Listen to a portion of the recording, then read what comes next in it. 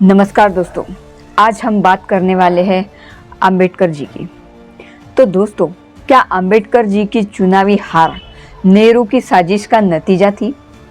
भारतीय राजनीति के इस रहस्य को जानने के लिए वीडियो को आप अंत तक देखिए। आज हम डॉक्टर भीमराव अंबेडकर के चुनावी सफर और उस दौर की राजनीति पर चर्चा करने वाले हैं, तो जिसमें कई लोग नेहरू को भी दोषी मानते हैं। तो 1946 की संविधान सभा में अंबेडकर को बिना चुनाव के चुना गया था, लेकिन 1952 के पहले आम चुनाव में अंबेडकर मुंबई से लोकसभा चुनाव लड़े। यह वही दौर था जब भारतीय राजनीति में नेहरू का प्रभुत्व बढ़ चुका था। इस चुनाव में अंबेडकर को हार का सामना करना पड़ा। सवाल यह उठता है कि आखिर ऐसा हुआ क्यों? 1952 में कांग्रेस पार्टी का पूरे देश में दबदबा था। नेहरू के नेतृत्व में कांग्रेस ने लगभग हर कोने में अपना प्रभाव जमाया। वही अंबेडकर एक स्वतंत्र उम्मीदवार के रूप में चुनाव लड़े। उनके पास संसाधन के संगठन की भारी कमी थी। इतना ही नहीं, यह भी कहा जाता है कि कांग्रेस ने अंबेडकर को हराने के लिए अपने उम्मीदवार को ताकतवर समर्थन दिया। कई विश्लेषक इसे नेहरू की साजिश मानते हैं। फिर 1954 के उपचुनाव में अंबेडकर ने फिर किस्मत अपनी आजमाई। इस बार वे बिहार के भंडारा सीट से लड़े, लेकिन यहाँ भी कांग्रेस ने उनका पूरे जोर विरोध किया। इस हार ने अंबेडकर को राजनीति से दूर कर दिया। सवाल यह उठता है कि क्या यह हार महज राजनीति का हिस्सा थी या फिर नेहरू की और अंबेडकर की बढ़ते प्रभाव को रोकने की साजिश? नेहरू और अंबेडकर की विचारधारा में बड़ा ही अंतर था। जहां नेहरू समाजवाद और राज्य नियंत्रित आर्थिक नीतियों के सार्थक थे, वहीं अंबेडकर जागतिक भेदभाव के उन्मूलन और सामाजिक समानता पर जोर देते थे। ये वैचारिक मतभेद राजनीति में टकराव का कारण बने। 1954 में जब भंडारा सीट से चुनाव हुआ, तब अंबेडकर ने निर्दलीय प्रत्याशी के रूप में चुनाव लड़ा। इस बार भी कांग्रेस ने पूरी ताकत झोंक दी। कई लोग इसे सिर्फ चुनावी प्रतिस्पर्धा नहीं, बल्कि अंबेडकर की आवाज दबाने की साजिश मानते हैं।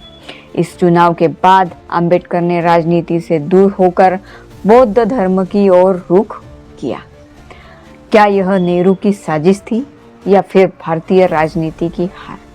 नेहरू और अंबेडकर के बीच व्यक्तिगत रूप से कभी भी गहरे मतभेद नहीं रहे, लेकिन विचारधारा और राजनीति में उनके बीच टकराव साफ दिखाई देता है।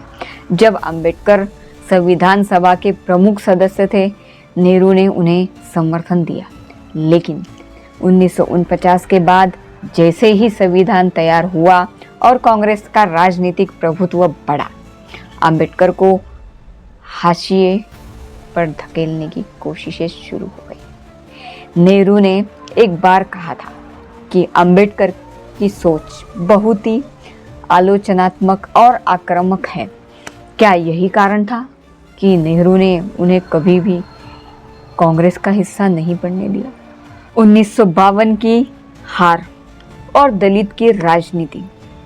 1952 में अंबेडकर को बॉम्बे उत्तर मध्य से हारने वाले उम्मीदवार थे नारायण सदाशिव काजोलकर। ये कांग्रेस के प्रत्याशी थे। कई रिपोर्ट्स के अनुसार कांग्रेस ने दलितों के वोटों को बांटने के लिए गुप्त राजनीतियां अपनाई।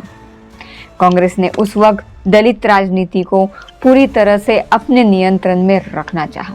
अंबेडकर का स्वतंत्र दलित नेतृत्व कांग्रेस के लिए एक चुनौती था। यही वजह थी कि कांग्रेस ने दलित समुदाय में ऐसे नेताओं को आगे बढ़ाया जो अंबेडकर के खिलाफ खड़े हो सके।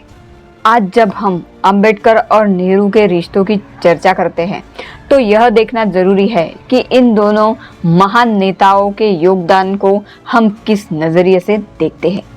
क्या यह साजिश थी या सिर्फ एक वैचारिक राजनीतिक संघर्ष। यह भी सच है कि अंबेडकर का दलितों के उत्थान का सपना और नेहरू का आधुनिक भारत का सपना दोनों ही अधूरे रह गए।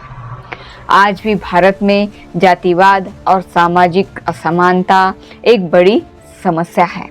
नेहरू की साजिश का दावा करने वाले यह कहते हैं कि कांग्रेस ने अंबेडकर को हराने के लिए पूरी ताकत लगा दी। हालांकि कुछ इतिहासकार मानते हैं कि अंबेडकर की हार के पीछे उनकी कमजोर राजनीतिक और रणनीति कांग्रेस के विशाल नेटवर्क का हाथ था। अंबेडकर की चुनावी हार के पीछे क्या सचमुच नेहरू की साजिश थी या यह सिर्फ एक राजनीति का हिस्सा था? आपकी क्या राय है कमेंट्स करके ज़रूर बताएं। ऐसे ही ऐतिहासिक और राजनीतिक विश्लेषण के लिए मेरे पुणेकर मोनिका चैनल को सब्सक्राइब करें और वीडियो को लाइक करें, शेयर करना ना भूलें। तो चलिए मिलते हैं ऐसे ही अपडेट के साथ। वंदे मातरम। धन्यवाद।